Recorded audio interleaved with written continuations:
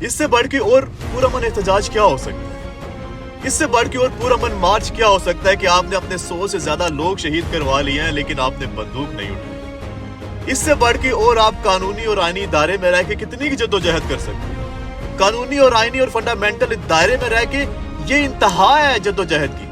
یہاں تک ہی آپ جا سکتے ہو کہ آپ پرامن نہتے ہو کہ آپ لوگوں نے اپنے 100 سے زیادہ لوگ مروا لیے ہیں لیکن آپ لوگوں نے بندوق نہیں اٹھائی.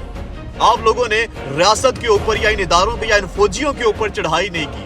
کیا نہیں ہو سکتی؟ کیا پاکستانیوں کے گھروں میں بندوقیں نہیں ہیں؟ کیا پورے پختونوں کے گھروں میں بندوقیں نہیں ہیں؟ کیا رہ گیا ہے کرنے والا؟ کیا چاہتے ہیں آپ؟ کیا کرے یہ قوم؟ اب اس سے بڑھ کے اس قوم سے کیا توقع کرتے ہیں کہ بی ایل اے کی طرح ہتھیار اٹھا لے؟ یہ چاہتے ہیں آپ؟ بس کر دیں. کس حد تک گریں گے آپ؟ کس حد تک جائیں گے؟ کس حد تک آپ سامراج کی غلامی کے لیے اپنے ہی مالکوں کے اوپر گولیاں چلائیں گے؟ اپنے ہی مستقبل کو اپنے ہی ہاتھوں سے آپ روندیں گے؟ کیوں آپ عوام کی رائے کے خلاف جا رہے ہیں؟ یہ جو ڈی چوک پہ پہنچے تھے یہ آ کے تمہارے اوپر گولیاں تو نہیں برسا رہے تھے؟ یہ آ کے تمہاری بیرکوں میں تو نہیں گھسے تھے؟ اپنا ایک آئینی اور قانونی حق استعمال کر رہے تھے اور تم سے وہ بھی برداشت نہیں ہوا. جب کل کو یہ بندوق اٹھائیں گے تو پھر تم کہو گے کہ ہماری پتلونیں اتار دی جاتی ہیں، ہماری گاڑیوں کے اوپر دھماکے کر دیے جاتے ہیں، پھر تم آگے رونا پیٹنا شروع کر دو گے.